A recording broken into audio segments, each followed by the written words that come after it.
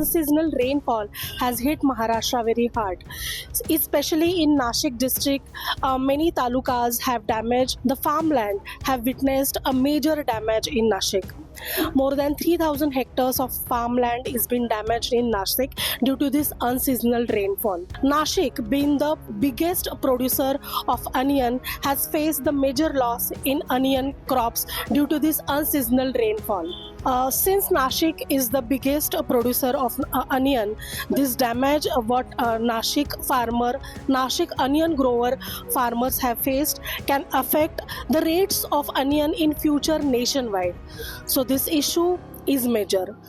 To talk about this in a better way or to give more details about the crop damage, especially onion crop damage, we have with us today Mr. Bharat Digole, who is a Maharashtra Onion Producer Farmer Association President. Onion के बारे में क्या फिलहाल आपका observation है, क्या आपके पास reports आए हैं फार्मर्स के?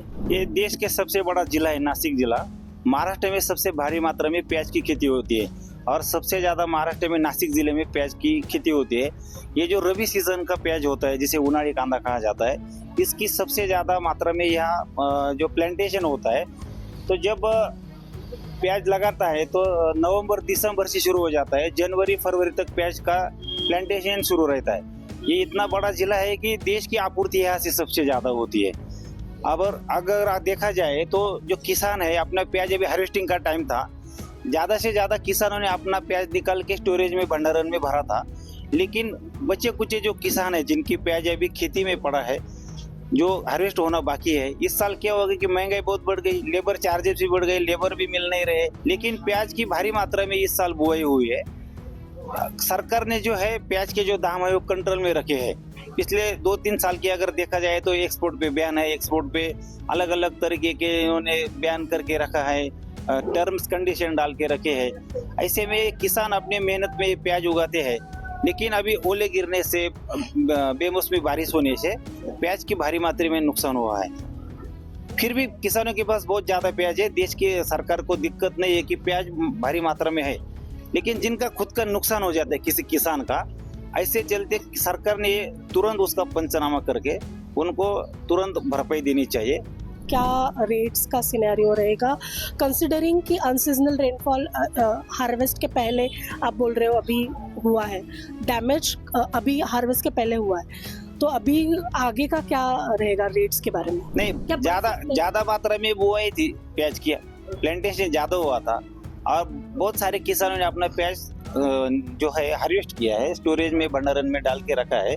तो अभी ऐसा नहीं कि सब प्याज का नुकसान हुआ, कुछ परसेंट हुआ है। लेकिन जिनका नुकसान है, अगर आज के तारीख में देखा जाए तो 2,500 तक प्याज का पर क्विंटल का खर्चा किसान को आता है। और यहाँ दाम मिल रहा है, एवरेज जो दाम है जो सबको मिलता है वो दाम है 700-800 रुपये। तो हम प्याज बेच के प्रॉफिट नहीं कमा रहे, हमारा नुकसान हो रहा है। हर किसान का, या जो किसान है सब, वो अपना प्याज बेच के पर क्विंटल की वजह से 1,500 तक उनका नुकसान हो रहा है। तो अभी आगे जाके जो है प्याज दाम कब बढ़ेंगे या दाम बढ़ेंगे क्या, ये तो सवाल बाद में है। अभी किसान को उनका लागत मूल्य मिलना चाहिए।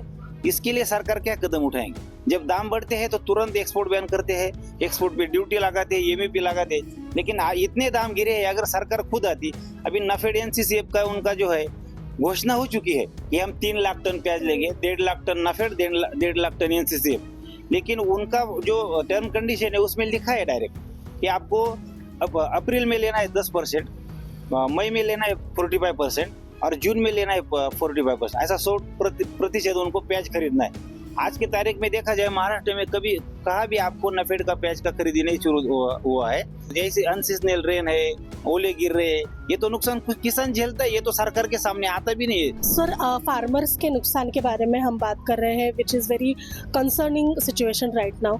अगर कॉमन मैन के हिसाब से बात की जाए तो वहाँ पे कितना नुकसान होने वाला है, या कॉमन मैन को क्या सफर होगा ये सब सिचुएशंस? नहीं, अपने देश में कॉमन मैन जो है ना, उनको सब चीजें महंगी मिलती तो वो चिल्लाते नहीं, वो ठीक है, उनको सब महंगा मिलता है। जो 50,000 की 2 व्हीलर थी अभी 1.5 लाख हो चुकी, उसको कोई दिक्कत नहीं।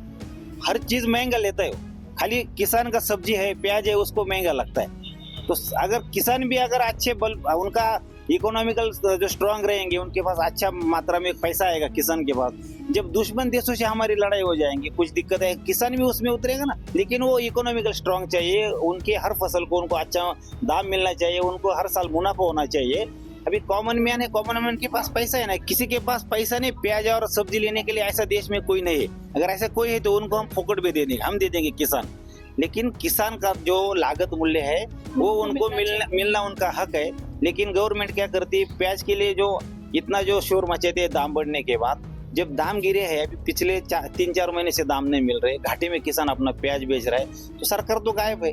सरकार कहाँ है यहाँ? सर आपका कहाँ पे खेती है, प्याज का खेती है आपका? हाँ, मेरा प्याज का खेती इधर है, खेडली तालुका डिंडोरी जिला नासिक।